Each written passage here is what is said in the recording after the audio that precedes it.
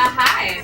Can you hear me? Okay, cool. Welcome to Putty. Yeah. Okay. So, last time we met, I started by sort of explaining why Putty and what is Putty. And so I told you that the show is sort of inspired by a few materials that I over-identify with. One of them is museum putty, which is used in exhibitions. It's kind of a utilitarian adhesive that and it basically sticks artifacts to pedestals, and preppers really like it because it's it's disaster proof essentially. But anyway, so it has its utility in high institutions, but it has a sort of low role, but it's always there. So I don't know why anyone would ever identify with that. But and also silly putty, which is a novelty object you might have experienced in your youth. Basically, the best and only thing to do with silly putty is to mash it across the Sunday comics and borrow Marmaduke's face and sort of distort it. So I hope in doing this program that I'm sort of appropriating and distorting the talk show medium and its tropes. And also, putty's sticky. So my hope is that I can sort of stick together these disparate parts of the art scene, of Indy's art scene that we don't usually see in the same space. So, okay, now I'm going to establish a house rule, which is I'm the only one who gets to use metaphors. So everyone else has to sort of just staggering literality. So poets, I don't know what you're going to do. But we're sliding the metaphor drawer closed now. And good? We good with that? But yeah, and my hope is that, so this is sort of in sticking together different people, this is kind of a curatorial impulse and an extension of the museum outside of the museum. Oh, okay. And just best case scenario, bar chatter that I get to guide. So it's recently come to my attention that there is another live art interview show in Indianapolis called Art Speak. And I don't know if you guys heard that, but that's in the news. And so I was a little concerned about redundancy of services. And so I did a little bit of investigation into Art Speak. And my understanding is that they focus kind of on beauty and the concept of beauty and investigating what that is. And, far be it from me to turn the sublime away from my door, but I like to think that this program is more about artist material and materiality. So kind of the material conditions that art is made in. But yeah, nothing's off the table. So look out. Also, I think that they have sort of a spiritual kind of concern, and I might ask you if your favorite Nine Inch Nails song is the one about God being dead and no one caring. The only answer is yes. But yeah. I was wondering, speaking of great bands, so One little piece of business I wanted to try to get just rolling today is if there are any like mixologists here, I really think that there should be a putty cocktail at State Street Club, and I don't think it's fair that the MC5 have one. Is it because there's 4 of them? Okay, that was a joke. Yeah. There's only one of me. I guess the other thing I'd like to establish is sort of beginning with an object report. So I'd like to check in with you about objects that are really great lately. You know, just that I'm also over-identifying with. Lately I went to an art opening at Cathead Press. No, I don't know. And, you know, they're like printmakers and they had their cute prints and they were doing fussy stuff and, you know, there was food and meat for some reason. But there was also this really great, like, classic aluminum trash can. And I thought that it was really heartwarming. And, like, that was just what I chose to focus on that particular day. So I don't know what that says about the art, but not enough like heartwarming kind of traditional trash cans. The other one is I borrowed some socks from my mom the other day. They were this kind of like goofball sock, if that like makes sense. It's like a sporty sock. It's like but it's like the poof ball is like a design aspect that it keeps your sock above your shoe, so it's like it's solving problems. Design solves problems, but also the poof ball just made me feel joyful. Like took me from like resting level suicidal, which is at like 20%, to like 18. So, ooh, I have like a really big note to thank my crew because there's like so many people that make Putty happen other than myself. So yeah, Jess Dunn is one of the people that's really incredible. Justin Brown is involved in the live streaming and putting a very bright light in my eye right now, which is keeping me from seeing any of you, which is great. And yeah, Cinnamon Rose involved with the set decoration, many other excellent friends. All of them I'll name eventually, but I'm going to get into calling up my guests. So the first one is Paula Katz. She is the executive director of the Indianapolis Museum of Contemporary Art. She's very elegant. She's very intimidating. On numerous occasions, she's attempted to set me up with different weird jocks, and mostly with chemical issues. But yeah, can we bring up Paula Katz?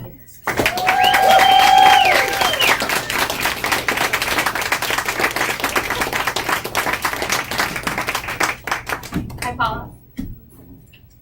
Yeah. Wait, can you hear me? I can. Okay, good. That is clean now? Looks funny. Sweat flats. Oh god. It's nice of you to do that. So you, if I'm not mistaken, are the executive director of the Indianapolis Museum of Contemporary Art. Yeah. But I've noticed recently I can't find imoca. So where's imoca these days? We are working on a location on the Near East Side that we will reveal in time. But we still program it anyway. Yeah, if you like hotels that have art and cocktails. There's mixologists there. Oh gosh, in close proximity. Yeah, so. we should. That's like what it was mostly at our hotel. Yeah. So we have a show that's up now, Seesaw Moon, at the hotel. They pay us. We get money. It's good. I saw the piece, but so that is like that's the physical. Yeah, so we're manifestation of it. we're working on a location. We hope that I can't see anybody either. This is great. I still see Mike Barclay who works with me though. Let's see your face a little bit. So yeah, we hope to have an announcement later this year, early next year, about our top secret new location, which is going to be bigger and better than ever before. I mean, you'll support that. It's Town Square, right? Yeah, Garfield Park. Heard of it? Just kidding. Yeah. It's not. Sorry. Yeah. But you currently have like something's happening on social media, which is weird because you definitely don't participate in Like me personally? Instagram. Yeah. I don't know how to use that. Except like once a month I'll check it. I'm like, oh, this is really neat. This is what like the kids are doing. Get your likes. Yeah. Yeah. I bred. I had a baby and then like I stopped realizing life. Sure. Period. So yeah, we have an Instagram takeover, and if anyone's interested in that, please let us know. We ask that people take over our account for a week, and it's our way to stay engaged. And I don't know I know there was like a penis on there one time. It was my friend. Did it get flagged? No, it was beautiful and beautiful. And I was like, oh, that's what you look like naked. Like, that's beautiful. Thank you. It was an art penis. So. It was totally an art penis. When I did it, I just posted like there was a picture of a set of stairs, a drawing of stairs that was at the German club. I didn't get a lot of likes. It was fine.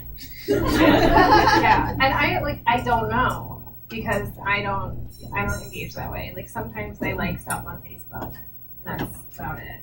Yeah, I'm not on MySpace still. Like I'm okay. I'm like almost with the times, but yeah.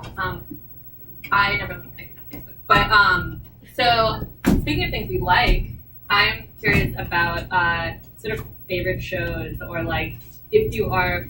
So when imoca has been a brick and mortar space, or when you've been involved with Harriet School of Art Design or other galleries that you've worked with, are there any sort of favorite shows that you have organized?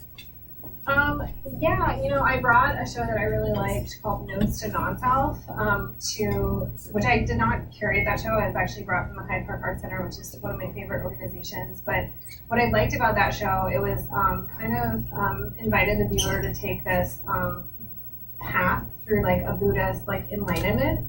And so you entered through this kind of forest, and then you ended up traveling. I think that's me. Sorry, everybody. Traveling through this piece till you ended up in this in hut where you could meditate and be enlightened.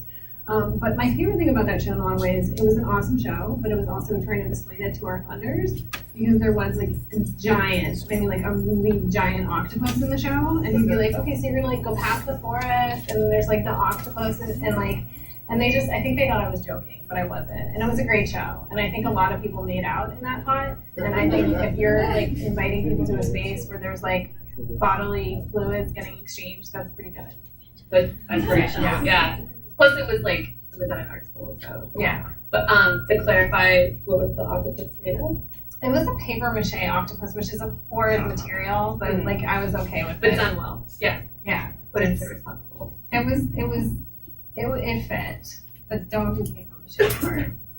This is a good platform to advise people to skew away from whatever materials you prefer not to see anymore. It's not legit. I've, in the past advised people to steer away from poof balls, but then I just sort of broke my own rule in saying that of talking about the design or the poof ball socks. So I think that there's always like a do this, don't. Like there's always anyway. Yeah, that's true. So I'm curious if there are sort of like curating principles that you have adopted for imoca or just for that kind of guide your decisions of like who and what to show. Yeah, so I mean, I think you just have to go out and look at a lot of stuff, and then you need to Google those artists, and then if they're like really attractive, then you bring them in. And so that's how we usually work. So no, I'm just kidding. I'm really kidding. That way, I didn't get the public art picker. I don't even know what you're talking about. Right. Okay. Yeah. I'm very attracted to you. Thank you. So no, I think we need to look at a lot, and I think we're in like such an interesting time with art because there's such amazing opportunities to view art in so many platforms. But I still really believe in like art as a physical object, and I think that's the best way to really see it. So if I do get in touch I feel like this is doing this weird thing, but anyway, so whenever possible, I like to, when I travel, I like to go out and see art, go to studios, go to museums. But I do want to say that, like, as the executive director, which is like a very important title, like I'm super important. Yeah, we have other human beings who work for us, like 3 human beings. We total like 2.6 workers. Okay, so I do want to say that I do a lot less curating than I used to. So I do like to say, hey, I saw this great thing, but I'm not always making the decision anymore. But they also sort of chime in with their vision and are looking at it. Yeah, so like, and I think that the most important thing is like for what you're going for, like if it's about concept, like it has to be really strong. If it's about, you know, that beautiful aesthetic object, is it the best well crafted it can be? Is it, you know, and it takes a lot of looking. And then the other thing I think, and I always say this to artists, is that like as a curator, you're always making lists or like finding ways to like kind of hold on to like artifacts of exhibitions. And I know I've kind of surprised artists sometimes where I said, like, hey, I saw your work at this show and it might be like, you know, 2 or 3 years ago and now we want to work with you. And I think sometimes artists get really frustrated in the moment, but you should know that like if you're making good work, people are looking at it and like one day you're gonna get a phone call from someone weird, but not a phone call because they don't have your number. And, but like really you will get, it's interesting, like I think museums and galleries move at a much slower pace than artists. Maybe that's why it's helpful to have these kind of smaller spaces that are a little more like on the ground, sort of supplementing that role. So I mean, yeah, just the importance of physical spaces to wish to see art. But, Yeah, absolutely.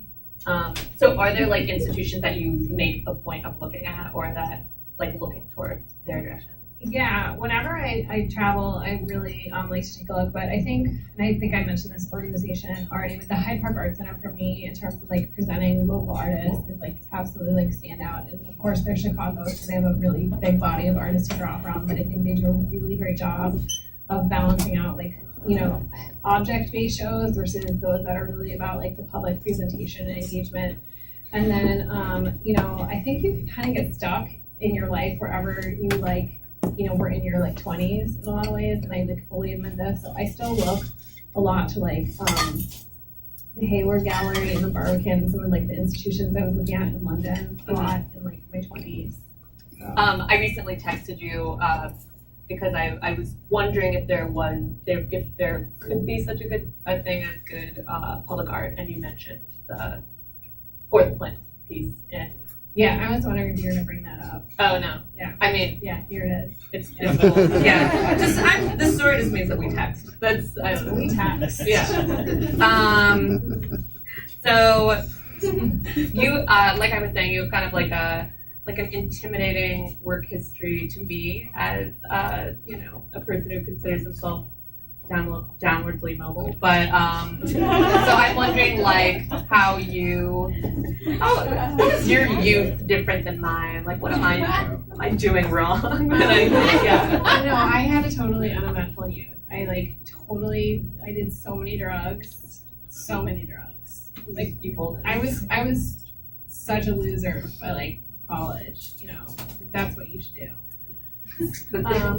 Do heroin by 16, just get it out of your system. Once again, this is a good, this is the platform where we're getting advice. But no, really, I was like that teenager who like I hung out way too much with my older sister. People are like, what did you do in high school? I mean, I was in like, this is great. I always went to school in Massachusetts. I'm just gonna preface that. My 2 like clubs in high school were like Amnesty International, because we had that club in high school, and we would write letters to try to get prisoners released. I was the president of that. Yeah. Okay. Oh, we're learning so much. Right. And so much. And then the Gay Straight Alliance. And so we would basically just hand out pink triangle stickers and try to get acceptance for everybody. So I feel like I was ahead of my time, but like totally a nerd, not athletic. Too much pot. Did you have any jobs as a high schooler? Yeah, I worked at a kids' clothing store. Yeah. Which was amazing. I could look at small children and know what size they were. Has that informed your life path at all? You know, it's a skill that use it, you lose it. That's a But like people don't like it when you're like, size 7. Like when you're out in public, people don't want to know that you can size up children. Don't use it outside. So you mentioned that you're from Massachusetts, and in your sort of blurb that you sent to me, you identified as not a Hoosier. And so, you have this kind of perspective maybe that some of us don't, of being able to see, what we're immersed in maybe in a different light. And I wonder if there's any sort of underrated like Indiana aesthetics that you're like, that's a good thing. Like this is something that I think of as Indiana and also like could be underrated. I'm just gonna default to Larry Bird here, and Okay. I'm just gonna leave it at that. Because there's that's all I have. Fair Because enough. you said Massachusetts, you said Indiana, and you said aesthetics, and I thought green, beautiful, basketball. Right. Larry Bird. I often try to steer people into talking about the aesthetics of sports anyway, so I wonder, are there favorite, I also feel like when we talk about Indiana and aesthetics, sports definitely come up. So are there favorite athletic spectacles that you like to participate on any level? Okay, so I'm a secretly big basketball fan. Some people know that, but it's my favorite game to go to, and my husband would say that's because I am a woman, because we're very in love. Okay, very in love, and he says you're a woman, you're not able to do as many things as men can do, and men can watch football. Really get it, and I'm a woman, so I have to watch basketball. I'm kind of kidding here. Totally, I'm actually kidding. But no, I think it's my favorite, and it's beautiful. But as if we're talking about who I want to sleep with, I don't know. totally soccer players. Okay. I like the way basketball sounds. I miss the short shorts. Right. I miss I think Yes. those men have legs, and they're so athletic, and they're so lean, and why are we hiding that? So I guess since we veered into the very opinionated realm, I'll introduce the game that might carry throughout the night, which is kind of an update on rock, paper, scissors, but it's overrated, underrated, correctly rated. Do you feel like you want to play? Yeah. Okay. Okay. So it's like rock, paper, scissors, but where we indicate just our interest in things with our hands. So it'll be 1, 2, 3, shoot, and it'll be overrated, underrated, correctly rated. And basically this is just... Wait, do it again. Okay. Overrated, underrated, correctly rated. All right. And basically this is just a springboard for debate. And I was relating this to games, and I was actually just the way you win is whoever's the most opinionated. So yeah. So I'm gonna say for our topic, placemaking. Wait, the aspect of surprise. You have to do one. Sorry. Okay, so Okay. Guys, we should do a different topic now. should we? Okay. Okay. Should we talk about placemaking? We don't have to. You can just tell them what you were gonna say. Sorry. Oh, I didn't understand we were actually rock, paper, scissors. do you want to go? Here, it's just 1, 2, 3.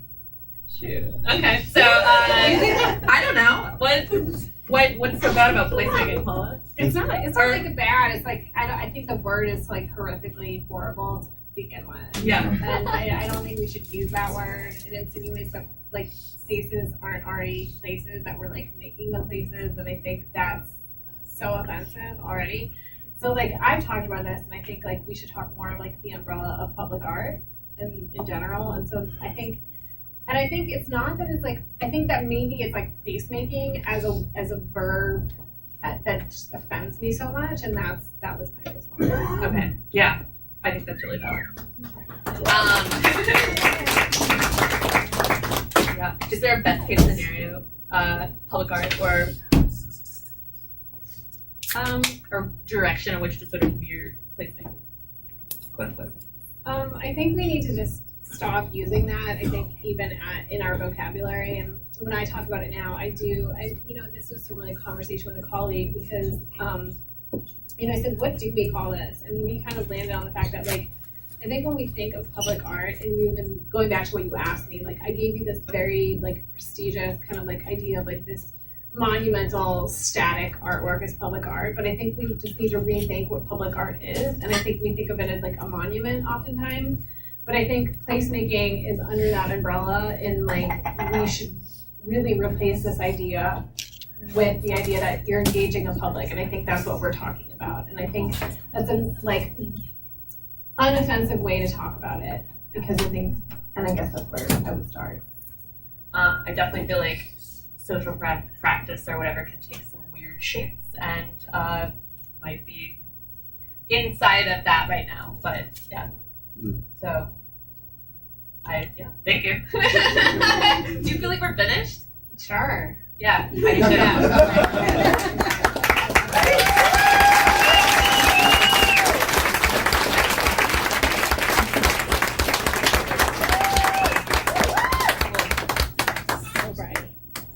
Covered a lot of territory. I didn't mean to alarm anyone by like alerting you to the fact that you're maybe in the midst of a social practice project. But so my next guests, there are three. That's unprecedented for Putty. But we have these small gold chairs in which they can sit, and I would like to introduce you to the poets of Monster House Press.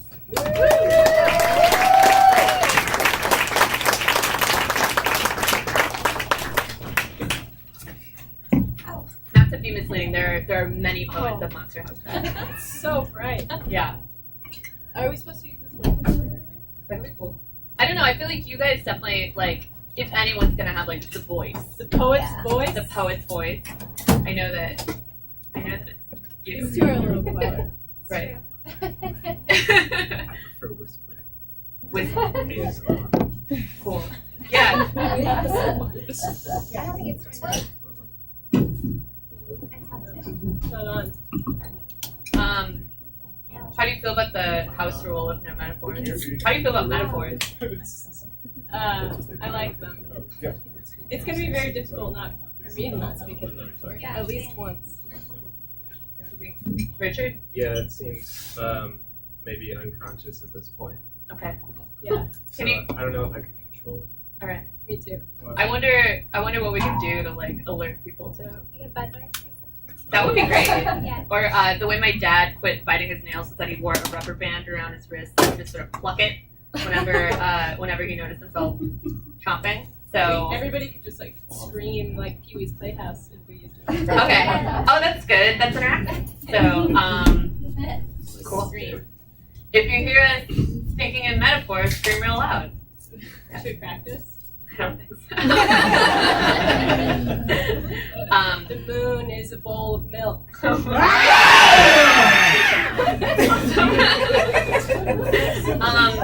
Well, my first question for you was just gonna be to kind of let us know, expository, about Monster House Press, what you are, where you are, and if there is any sort of manifesto or kind of guiding principles to what you print or. Yeah. We're a nonprofit publisher of literature, art, and thought in Bloomington, Indiana.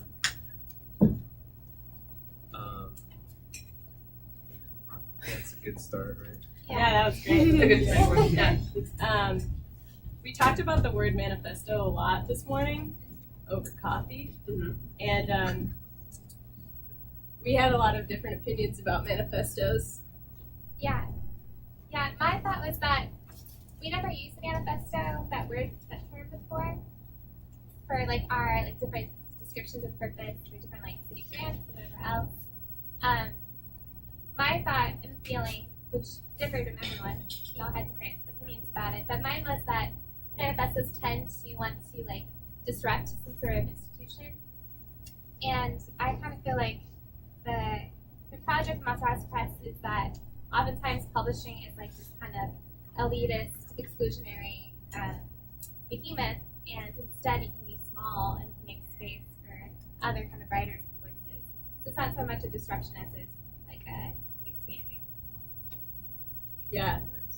I feel like manifesto is more of an intensity than what we have when we do things.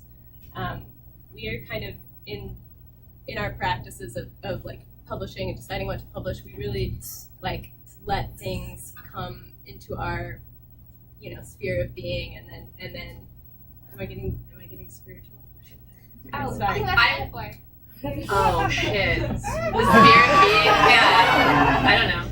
It feels wrong. This isn't a Or test. maybe it's Yeah. Metaphor test. No, it is. is it literal? A spirit There's being. no spirit. I can't Right. touch it. Oh, No. no. Okay. Yeah. Okay, so when they come into our inbox, our email inbox, so I don't know. Manifesto just seemed like very in your face to me. So I think I had initially asked you about like a mission statement, and that felt sort of flimsy and sort of like euphemistic or just sort of like gross. So and then I was like stronger manifesto, like yeah. That makes us think a lot about like what our project is and its purpose. Right, which we could say Yeah. what it is. Not until I get back there. Hold on. You guys do like how awkward live shows are? I like it. I'm getting a little hot. Yeah. Just I don't know. I think this is sort of part of the purpose of Putty, and maybe part of There we Hello. go. Woo! It works. that's also good. I feel like that's also kind of like poetry reading too, just like being live, like being there, Oh yeah. working through the Feeling the room. errors. Yeah. So we decided that, and we've decided this as our 5-person group, because there are really 5 of us plus other people who come in and out of the amorphous mass. She said that. I'm trying to thin line with this. But I'll so, let it slide. yes, so we decided that we really just want to publish work that is accessible, but also. Am I supposed to fill in that blank? Yeah. I was gonna say accessible. Like Accessible. And also challenging. Challenging, and also we publish a lot of work that has sort of a theme of healing or like being renewed, something like that. Yeah. So a lot of the work that we publish has that, but we also really want to make space for people who have not maybe followed the traditional path of going through an MFA and being like this really established sort of writer, and more we publish a lot of people who we have to do a lot of editing of their work, and we have to ask them a lot of times to give their work, or people who just give us a perfect document. So it's I think we just try to publish a variety of voices. I understand that you also publish in a lot of different formats these days. So you have like a pamphlet series, and then kind of a chapbook series, and a free quarterly, which is in newsprint. Am I leaving anything out? That books. books. Yes, books. And online. Right. Yeah. Not On Instagram comics. I saw those. But so I was gonna ask just for my like information, but maybe just to sort of tease out the distinction for other people who might not know. What's the difference between a chapbook and a zine? Oh yeah. I can try that. It's really up to you, I would say. God. But I think it's also like a cultural reference word. So like I think we also decided that it was if your thing paper that's folded in half with staples, it has a face trim, then it is a chapbook. And if it doesn't, then it's a zine. But that's not always true. Mhm. But that was one thing we maybe thought of. My feeling was that with zines, oftentimes it's like a collage of different voices and different materials, and the zine itself as an object is just kind of there to be a vehicle for like dissemination of that material, where a chapbook itself is kind of like the art as like the written word and art of the object are kind of melted together more. Oh, yes. I'm very into the face trim distinction because I feel like it's really arbitrary to make those kinds of distinctions between chapbooks and zines. We were talking about zines as being a word that's sort of appropriated into capitalist production models nowadays. I think maybe Richard wanted to talk about that. Taylor Swift. Taylor Swift zine. It's Has just she? like, Yeah. yeah, people put out zines, but it's really just a magazine. But using the word zine can give it like a more social capital or something because it's less known, so it has more mystery or something. For instance, chapbook is something that Chapbook's real old and like people in like England walking on the streets be here's my chapbook. right is it short for anything? Like a chap, like a Gentlemen. like a person, just like a regular guy, a A chapbook. bloke, yeah. Yeah, a bloke book, Right. a Facebook.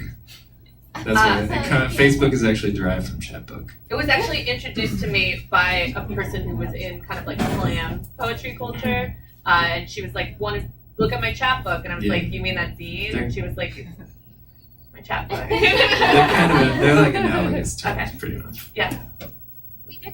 We talked about how there's zines, chapbooks, and books, and how they could be like a This is a metaphor. mixtape, Fine. EP, LP Okay. in music terms. Do you guys want a screen? I mean, here. Giant metaphor. Right. We didn't know the no metaphor rule when we were preparing. So the zine would be like a mixtape. It's more collaged. And then the EP is extended play, book, chapbook. Wait, extended play? Yeah. What's the LP? Well, EP's like 5 songs. LP's LP's 5 a full songs. album, yeah. EP's like Oh. a preview. I don't know this metaphor. An EP is like a preview of a full album potentially. So that could be a chapbook, which a chapbook often is. Like a preview of before a longer work is published.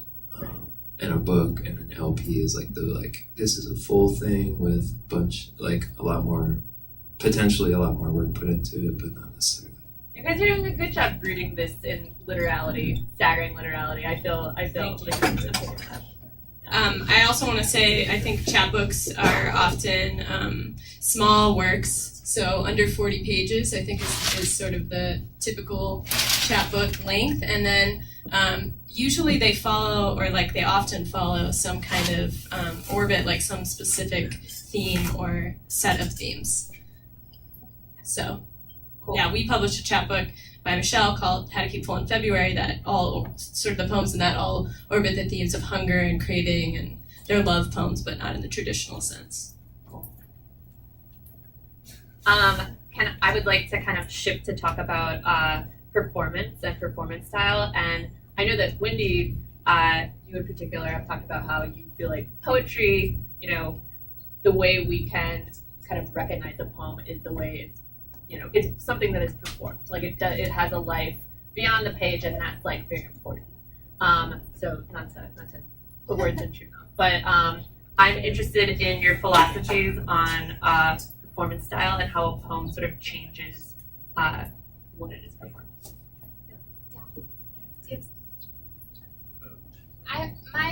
My performance strategy is to just not have the poet voice. Poet voice is such. Yeah, That's a thing. that's all. If I can avoid that and somehow be engaging, that I've done my job. Can we take a moment to like just sort of dissect poet voice and why we don't like it, or like where we know it when we hear it, Yeah. but Can I do a good imitation? I think I could. lay on me. The snow was. Oh, any more words? The snow Black, all was black. Yeah. Good. Yeah.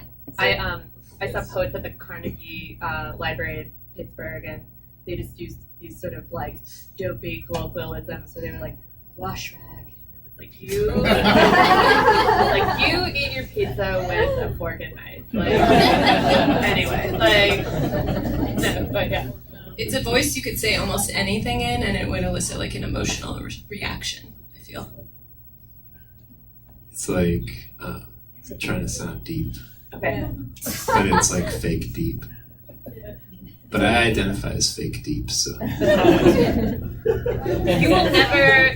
There's such an abundance for you. Like to pursue authenticity is one thing, but you will never run out. But no. So like, what's the antidote to poet voice? I don't know. I think the antidote to poet voice is enunciation, but that's also part of poet voice too. So I think that when I'm doing a reading, I want to feel like I am actually connecting to the people that I'm reading to, and I think sometimes people who read in poet voice sort of look beyond the reader or beyond the listener. And so I try to look at people when I'm reading to them. I can't see anybody here, so it's hard. Yeah, so that's kind of what I think. Sorry. Okay, on that note, I think that just there's nothing worse than like getting up and reading a poem and looking at everyone and, no one got it. Like, no one's with you. So I always appreciate when poets give like an explanation and ground it in some way. And then the poet voice there and not, the poem is somehow enlivened for everyone. Yeah. Cool. I appreciate that introduction. I want to say I've enjoyed poet voice on many occasions. Last night, particularly. What happened last night? We saw Paul Muldoon read, and he had definite poet voice, but he also explained his poems. Do you feel like you could turn it on? Like you could like inhabit poet voice if necessary. Totally. Like just, Not entering that. who's your favorite performer like of poetry? Oh, Ocean Vuong came to mind immediately. Ross Gay. Gabrielle Calabresi just released a book yesterday, and in the book, whenever the new book, it's called Rocket Fantastic. Whenever this particular character, the band leader, is spoken of, that character is pronounless. So when she reads those poems aloud, she replaces the pronouns with a gasp. So that's really amazing because it's just like, and then went into the forest and took me to the tree, and it's just like really, yeah, it's really incredible. That's something that But would it makes sense kind of space. absolutely change off the page. I just remembered something. I feel like there was I think I read a quote from this poet Angel Nafis that was like, call my readings whatever you want, but people don't, like spoken word if you want to call it that or whatever, but people don't fall asleep in my poetry readings. So. Yeah, that's good. I saw the poet Lomo read a while back, and that was one of the best readings I've ever seen.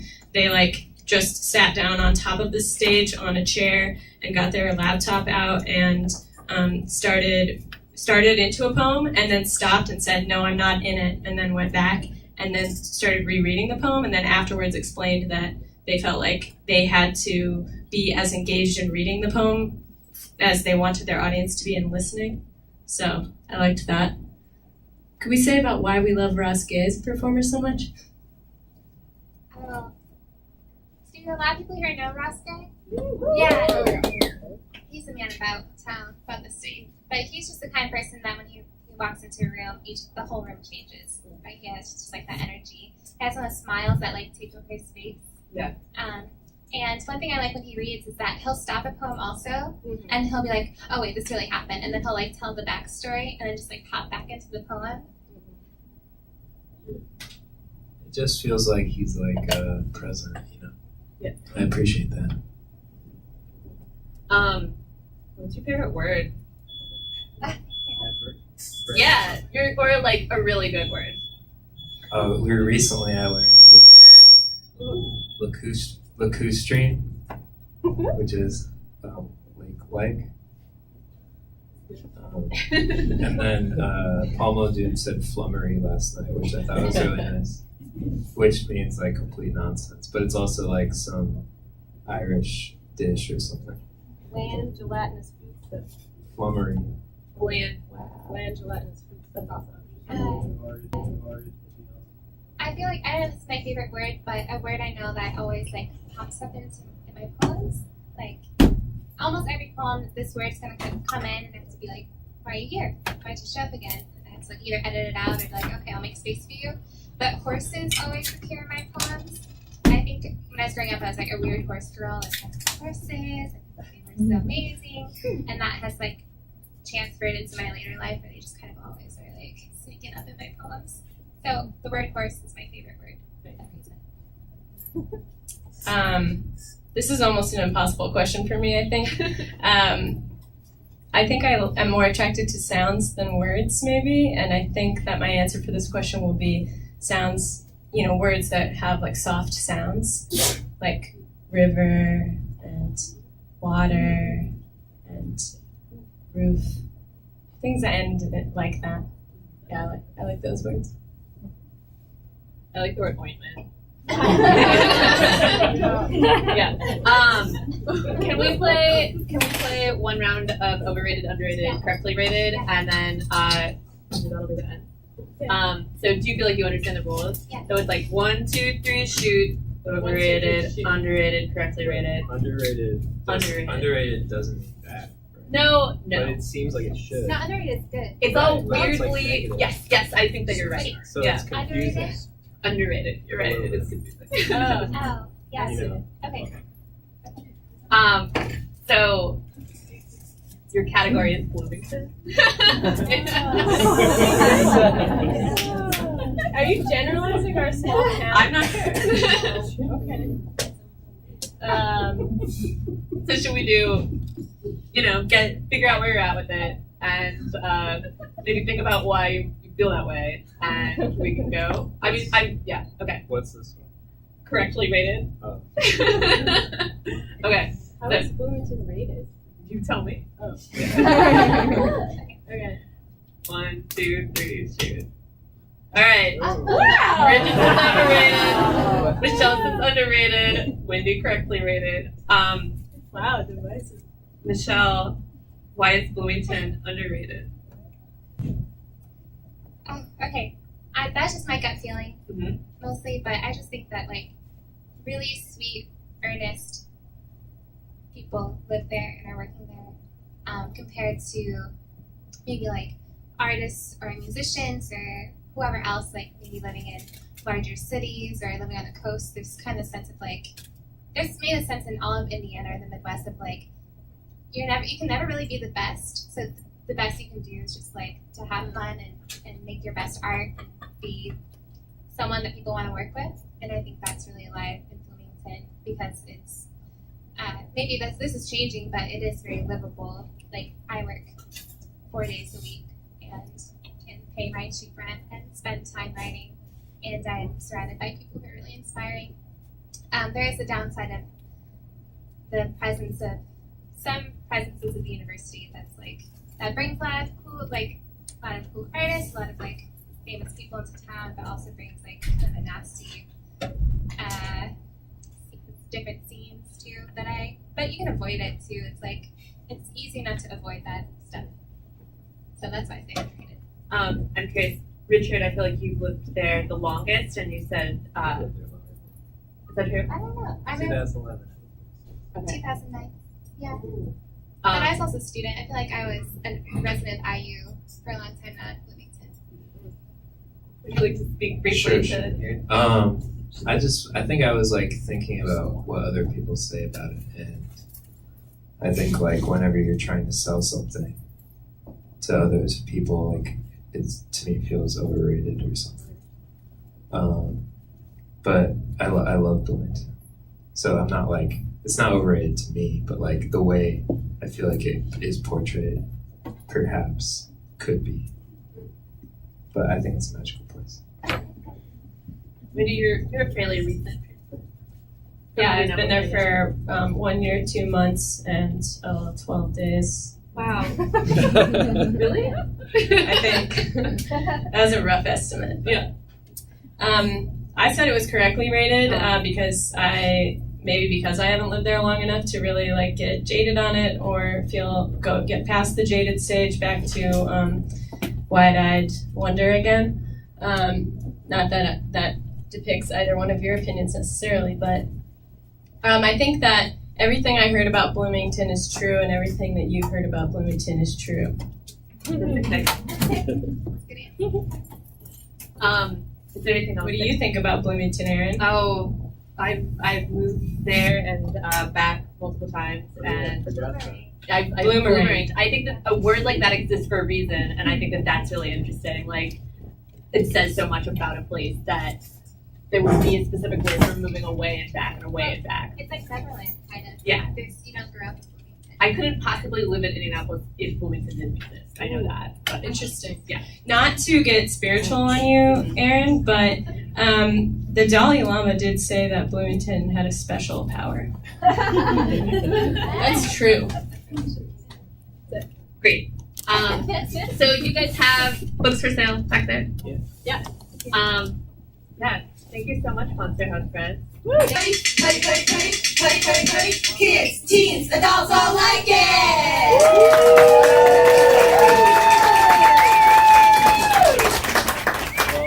Hi guys, welcome back. Okay, so I'm joined by a very special guest, Michael Runge. He's my cultural correspondent, man on the street, and we're going to introduce a new part of the Putty program, which is our cultural arts calendar called What Do We Do? So these are some events that are happening around Indianapolis. Submitted to us by all actual, believe it or not, hard to believe, these are all actual things happening. So can you give me an example of what you'll be doing? Sure, first up, next week, next Tuesday, a virtual tour of the Chase Salesforce Tower with before and after split screen viewing. That sounds great. I'll be there. So Sunday at Flapjacks on South Madison is the Beach Grove Steampunk Guild's annual meeting. Can't miss it. No. Okay, the 5K run/walk for Vestigial Tail Awareness is in the middle of Virginia Avenue Saturday morning, so reroute brunch plans accordingly. Adjacent but unrelated, the Post-Apocalyptic Preppers meeting of gorging edible plants in the urban setting is meeting at the Hot Shot Tot Lot shortly after. So many edibles in the Hot Shot Tot Lot. Mostly daily. My favorite event is coming back this year. The Indianapolis Arm Hair Weavers annual exhibition is at the County State Fairgrounds, so they're moving up. A new one on our schedule, but Newfields, formerly the Indianapolis Museum of Contemporary Art, or Indianapolis Museum of Art, has Spill on the Art Night, sponsored by Flat 12. There's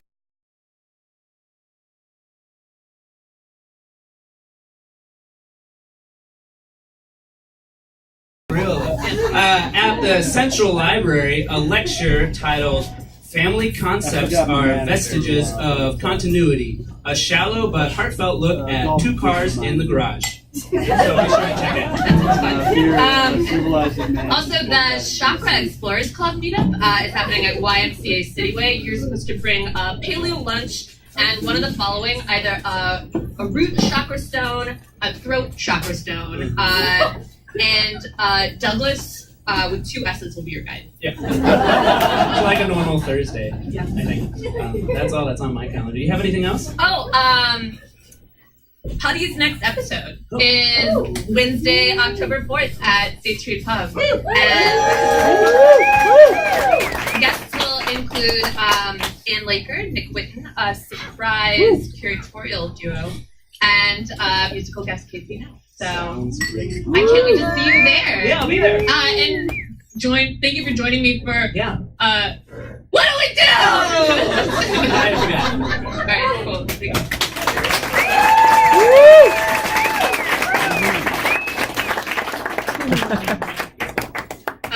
I feel like I need to set up like a specific like email inbox for that so that you all can send me your very real events for the cultural arts calendar. So I'm gonna invite up my next guest. She's an anti-painter. She's a collage artist. She has really great eyebrows. And I'd like to, introduce you to Anna Martinez.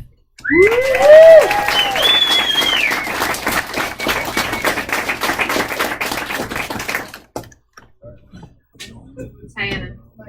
Yeah. Oh, you're on. Oh, you mean on. I'm on. Did you turn it? Do you see green? Oh no, here. Push this in. Okay. Yes. We're in big. Yes.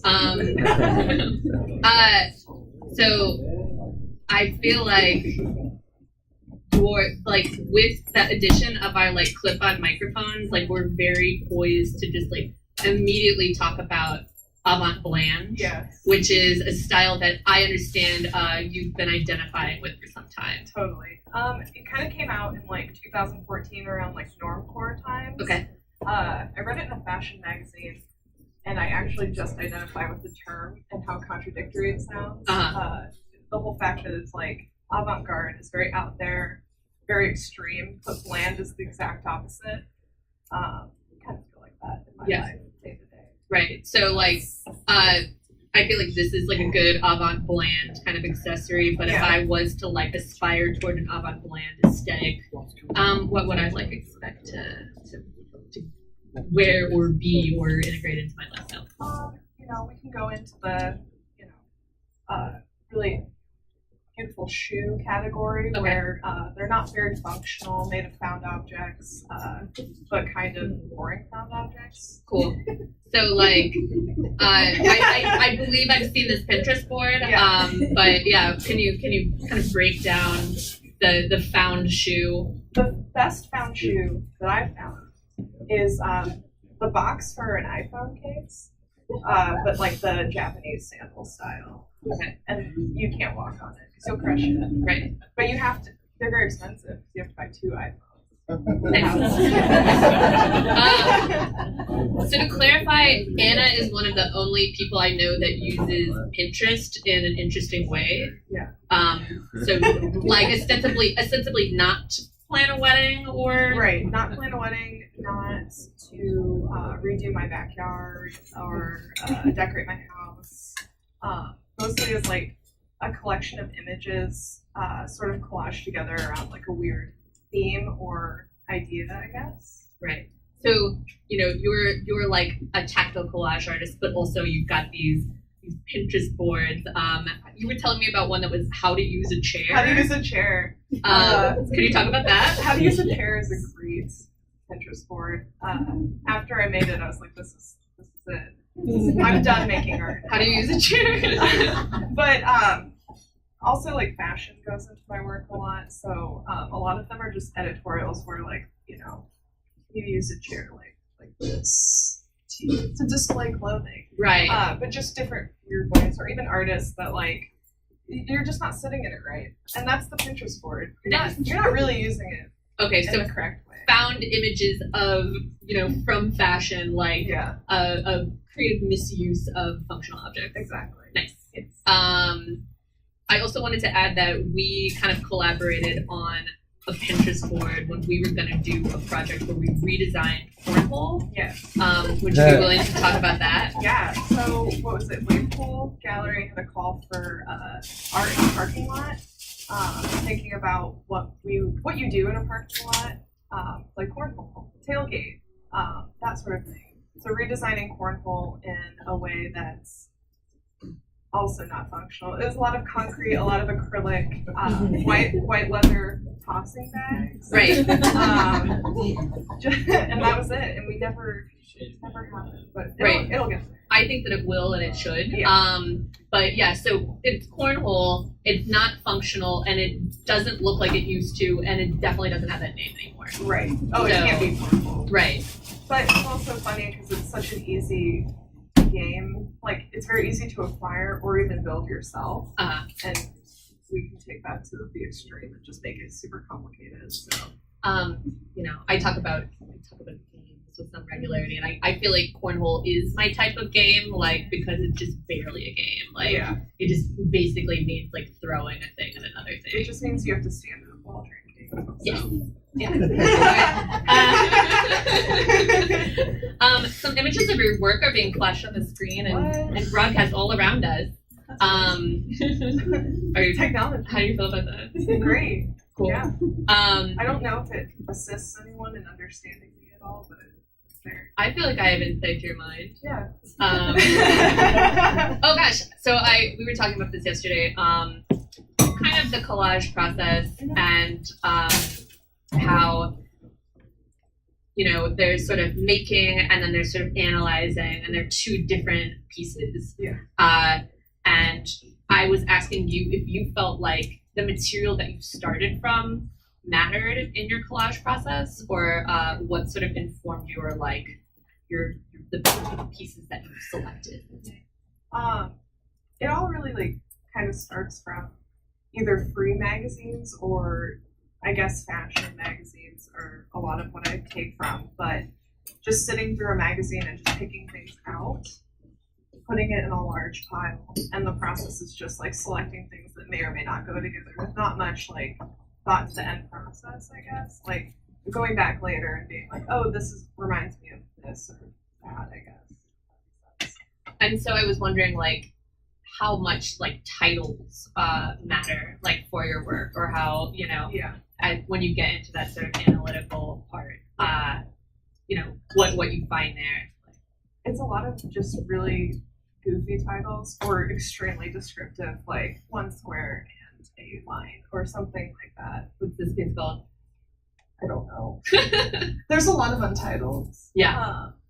I think this one was like construct. It was kind of like, this one is female model. That's great. Just kind of either really descriptive or not. Sometimes it can get a little deeper. Like we were talking about feminine guilt yesterday. The zine I made just collages where it was like the end product wasn't always the best, and it kind of relates to feminine guilt in the term that like no matter what you do as a female, you kind of feel like it's not good enough. So it was a lot of that, and then just like stereotypical. Like I had one with the couch covered in plastic, where like cleanliness and like being accepted or being good, I guess, close to godliness. Totally. In a sense, just different like feminine ideas like that. Yeah, that one was a little bit more thought out. Cleanliness being related to guilt. Yes. And then we talk about how we were both raised Catholic. Yeah. Which I wouldn't necessarily know you look, but I appreciated that insight. Yeah. But yeah. That sucks. What's like the best looking thing in Catholicism? Oh, Virgin Mary sculptures. You're right, but yeah. Oh god. I like crying Virgin Mary sculptures. Okay. She has to be crying. I was saying I like purple velvet, and then and then so I want to relate that back to I was like, Anna, what's your favorite color? I bet it's beige, and you like surprised me by saying that it's purple. It is purple. So do you want to talk about purple? I feel like lavender is more of a descriptive purple. But yeah, we were talking about the very Catholic, like royal purple, very kingly, and how that's actually the opposite purple. I hate that purple. Right. It's horrible. So what's best case scenario purple?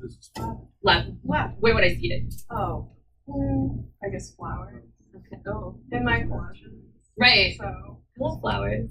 Yeah. And then I was sort of imagining like seeing that in sort of like an Ellsworth Kelly piece, just this stark like lavender like shade like against which I sort of hate Ellsworth Kelly, but I understand that he's one of your favorite artists. He's one of my favorite artists. An artist that got me into collage initially, which is funny because I don't think there's any purple in his work at all. Yeah. It's not a color he would use at all. So.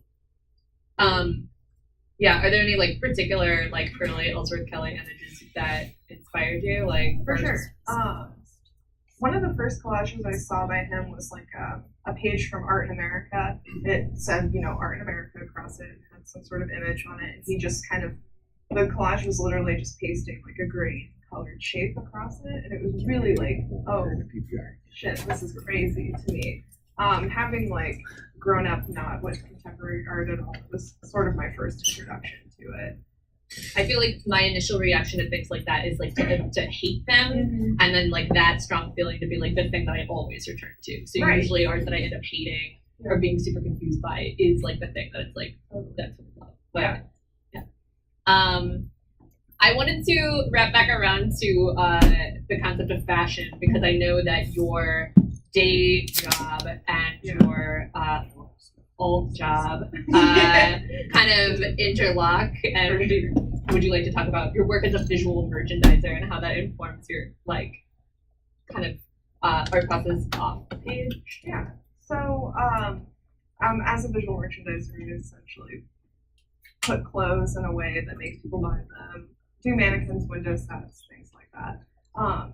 It definitely informs my art, because it's like the opposite of what I really want to do. I mean, it's like creating an installation where there's sound, there's like the thought of space, there's a thought of like how people move through the space and like what they're supposed to buy. If something's not selling well, like how do we present it to the viewer? It's like a very weird sort of way to look at like installation art in a sense. Because in installation, you're thinking about the same things, but with more of the goal of like interacting with the viewer and like in a meaningful way, where I just don't think my job's very meaningful. Right. So even if you don't export sort of like the sentiments of those installations, you definitely like take the stuff. Oh, I totally take the stuff. Yeah. Retail is extremely wasteful. They're always like, I don't want to do this anymore. We're going to change our whole thing around and let's just throw everything out. And it's like, no, I could open my own retail store with everything that I've taken you had an open studio the other night at Circle City Industrial Complex, and it was just sort of like a grid of mannequins being misused. Yeah. So, yeah. Merchandise props. How do you feel like, well, I guess it's really interesting to think about how one's work would be different if they didn't like have that specific employment that they do. For sure. Do you think if you didn't work at H&M, would it change the way your artwork took shape? In a sense, I don't know, because with most of my collage, it's still like in magazines and in fashion, it's still the same sort of idea where it's like we're trying to sell you a lifestyle or sell you a product, and I like to deconstruct that and make it into something that doesn't mean that anymore. So I think even without the retail job aspect, like the 2D work would still be sort of the same.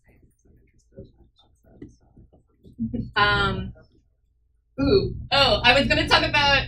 I wanted to ask like one more question, and then I want to do overrated, underrated, correctly rated. The other day I asked you about hidden talents, and you told me yours, and I'm not gonna ask you to demonstrate it, but do you wanna tell people? Yeah. So my hidden talent is I can catch almost anything. You can catch. I can physically catch. Yeah. Almost anything. And I like boldly tested this by like throwing an object at you and you just like reflected, like it checked out. Like I think it was because when I was in 8th grade, I think, in Catholic school, we had to play softball. That was the game we had to play, and they were like, "You need to bring your own mitt."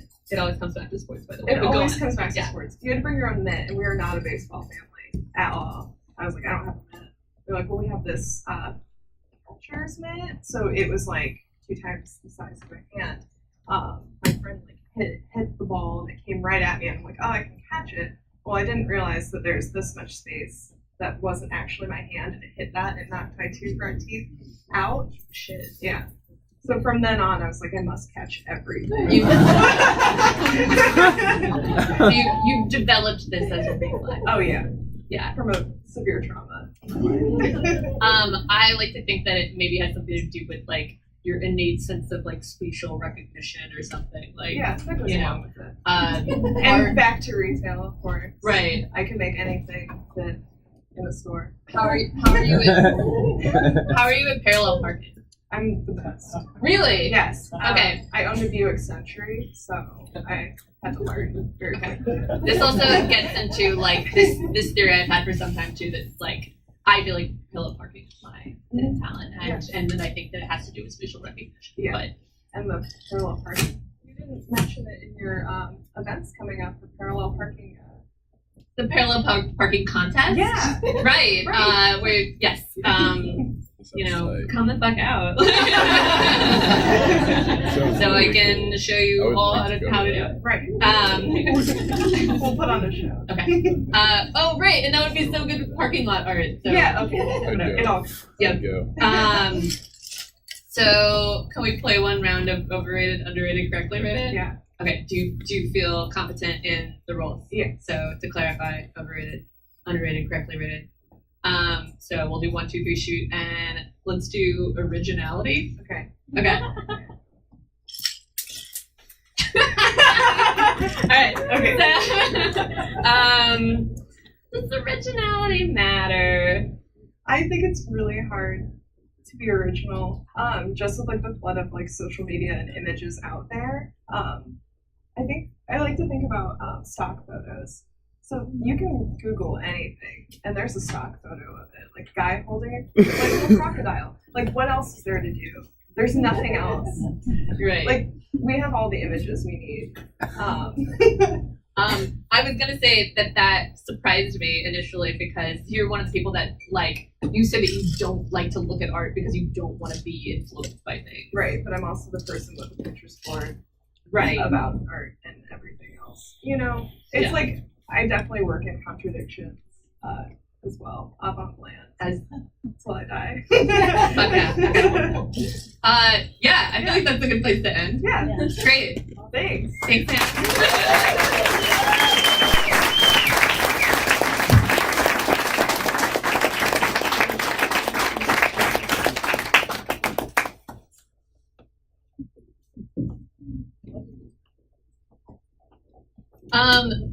my last guest is my musical guest.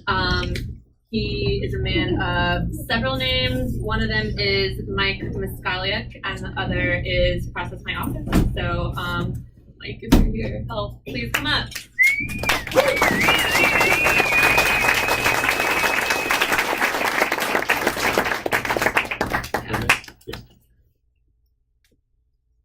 How's it going? How do you feel about this sort of lighting situation? Yeah. Oh, here you should. You have a very quiet voice. You should absolutely wear that microphone. And it would go really nicely with your sort of boat neck situation. Oh no. Oh, there's also a little. There's a hand mic button. Okay. You're sort of, you're an improviser. You can work this out.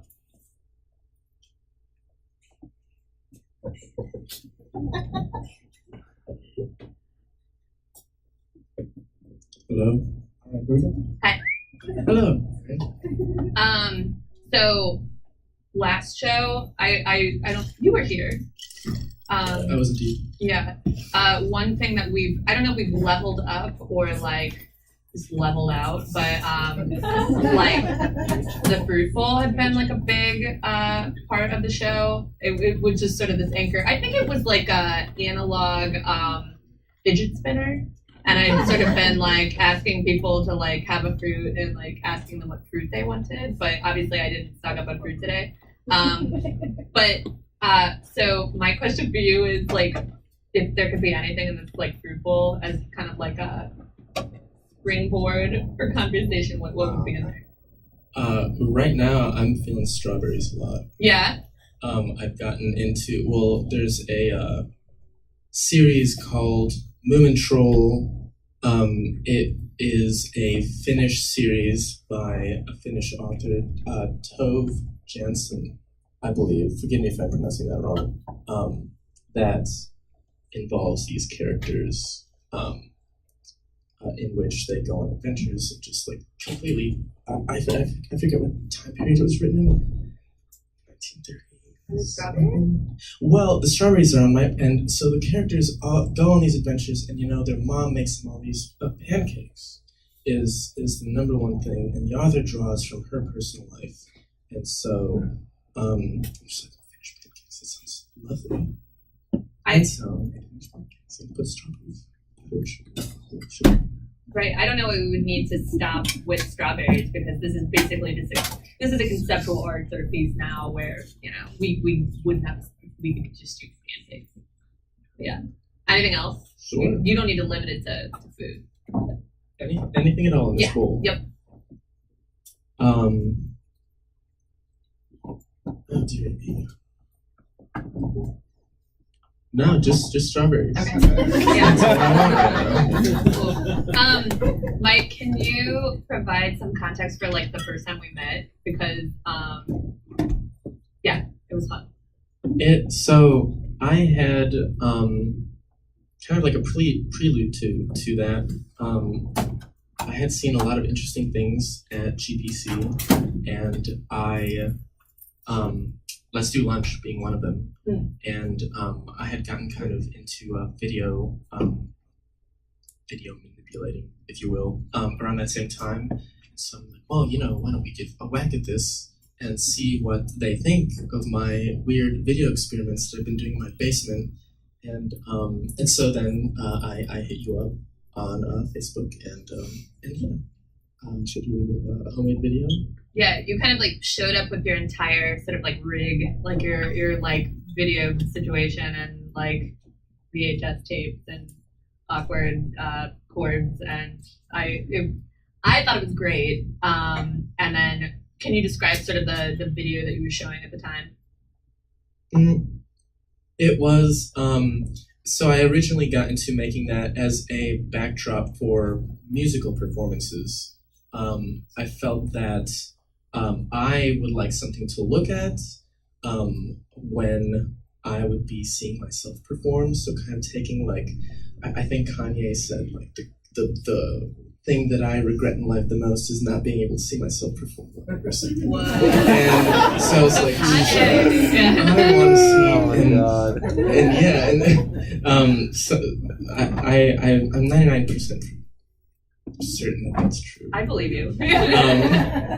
Anyway, so I got into that, kind of made this backdrop of, I had a green screen, I had the whole shebang of me just kind of concocting this thing. I would come up with the background of the green screen separate, and I was just doing goofy things to fill this gap. And so it was like a little me on a TV screen, and then real me doing the things right in real life. And yeah, it was fun messing around with it. Yeah, it was just, it was interactive. It was interesting. Yeah, I appreciated that. Yeah, you were bringing that visual aspect to your music performance, and still grumble that I don't see enough of it. So it got my attention, and we played at General Public Collector shortly afterward, and then you got the MacArthur Genius Grant. So congratulations on that still. But no, I don't know. That's I don't know. That didn't happen. He delivered the Massey lectures at Harvard, and you're still like under 21. You have to be. No, I don't know. I'm 22. Oh, okay. Happy birthday. So the project that you showed me then that we've been talking about was called Process My Office. Yes, it did. But you have multiple sort of music personas or like solo kind of projects that you devote your time to, right? Yeah, definitely. Could you talk about the distinctions between those projects, and also sort of how you decide what to put where? The distinction between them, I think, would be it's just usually when I'm outside doing mundane, normal things like smoking a cigarette or just like,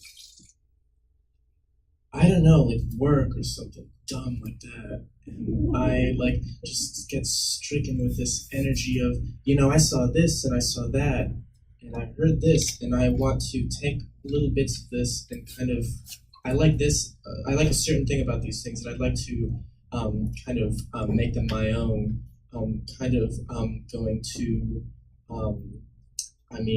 with the question about, or the rock, paper, scissors about originality, I'd like to take things, not blatantly, if you will, but kind of appropriate them and see how they do with my kind of little influence on them. Process My Office is kind of is influenced by this scene in Brooklyn called Weird, in which the artists used some piece of analog gear throughout their performance, and that just intrigued me. It just, I don't know, analog instruments are really fun, the synthesizers that is, and I like them a lot.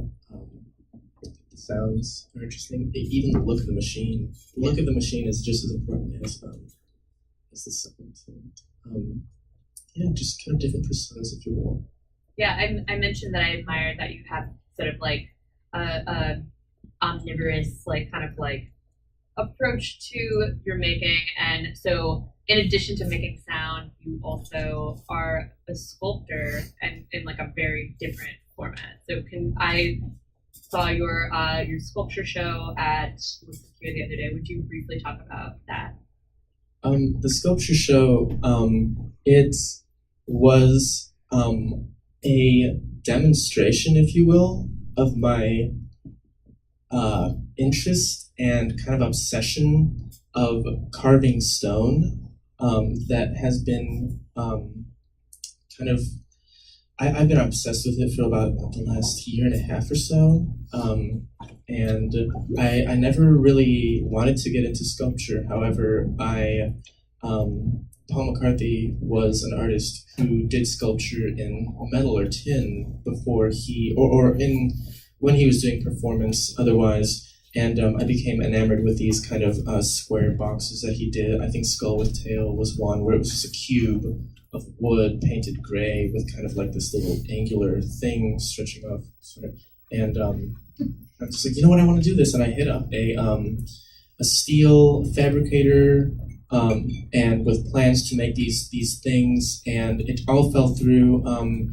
And then I was looking towards some sculptors that primarily did bronze and marble, and I was like, how do you get these things to be this smooth, or how do you do this? And process being something that I pay a lot of attention to just captured me right away, and I just began to experiment with it. And these things at the show were just the products of that experimentation. Nothing really too serious. Nothing with a goal anyway. Nothing with the motif. So, maybe to an outside viewer, like this music project and this stone sculpture project seem to be like, pretty removed from one another. But I wonder, is there any sort of overlap just in what you do, or like things you carry over, like from one to another? I would have to say the main thing is definitely a handmade feeling. I feel that working with electronic music in this way is more fluid and easily changeable, kind of resulting in like kind of little bouts of excitement or change wherever you feel it, as opposed to stone being more meditative and it's like something that takes a lot of time to kind of do. I would have a main goal about it, and as well with music, I would have a certain way that I would imagine it to be in my head, and quickly my hopes and dreams would be dashed away, and something more beautiful and brilliant would be the result of that.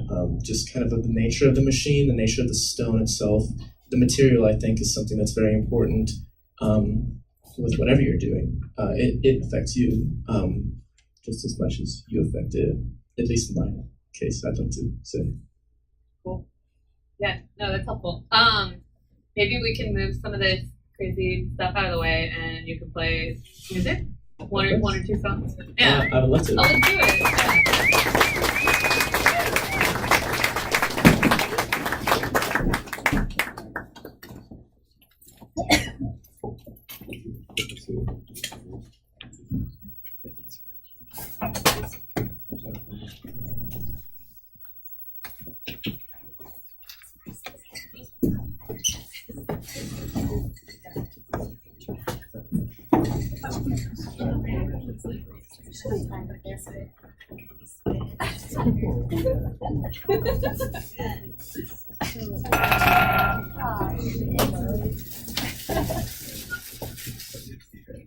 I think so.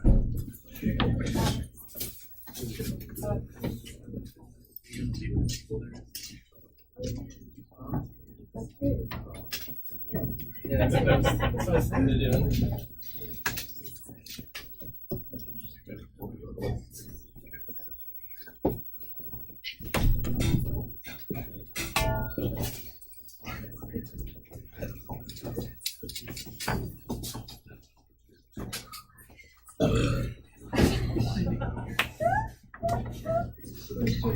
Janelle, did you hear that?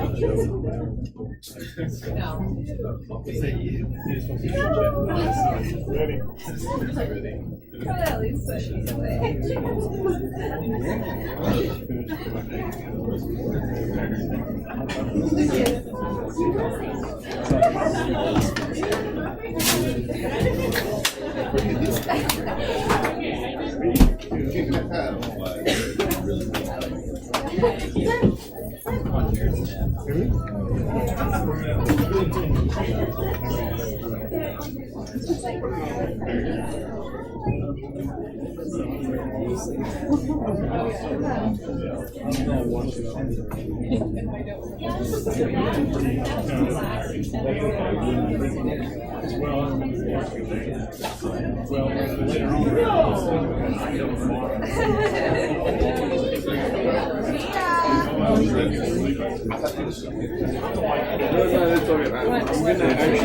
I'm gonna go out first. You got time? No, I got it. So I'll have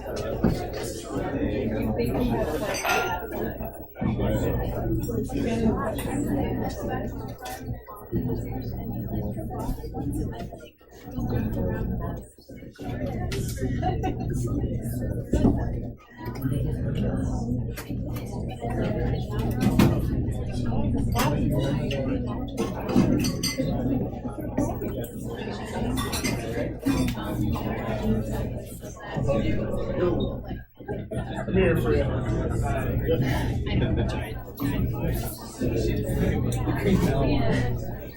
Thank you.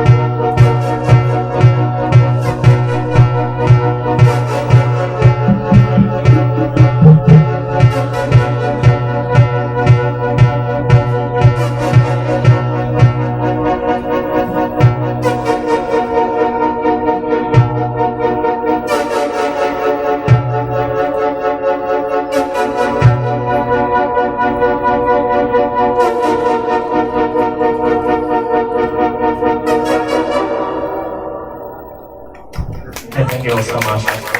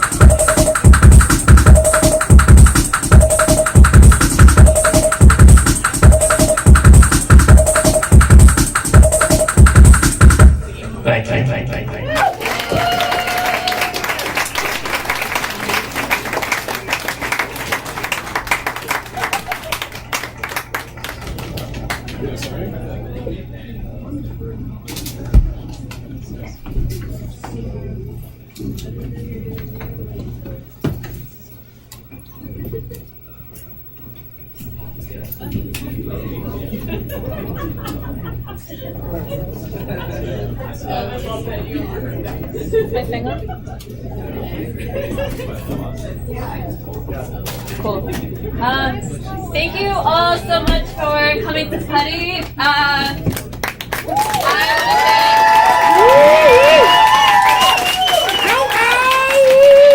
specifically want to thank people by name. So thank you to Paula Katz, the poets of Monster House Press, who are Wendy Spacek, Richard Warenberg, Michelle Gottschlich, Anna Martinez, Mike, and the Putty crew, who are so good. Jesseka Dunn is an angel on earth. Justin Brown, Cinnamon, Jess Lakins, and all these awesome people who helped me out so much. I probably forgot people's names. I'll tell you thank you later. But yeah, next episode is Wednesday, October 4th here. So hope to see you. Thank you.